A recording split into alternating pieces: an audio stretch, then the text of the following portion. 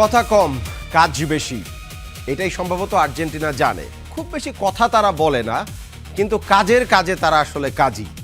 এই বিশ্বকাপে quarter final থেকে শুরু করে, আমি যদি কোয়ার্টার ফাইনাল না নকআউট থেকে আলোচনাটা শুরু করি, প্রায় প্রত্যেকটা ম্যাচেই সেই স্নায়ুক্ষয়ী চাপ, পিছিয়ে পড়া, সেখান থেকে কামব্যাকের গল্প লেখা। সেমিফাইনালে ইংল্যান্ডের মতো দলের বিপক্ষে একই রকম কিছু হতে যাচ্ছে।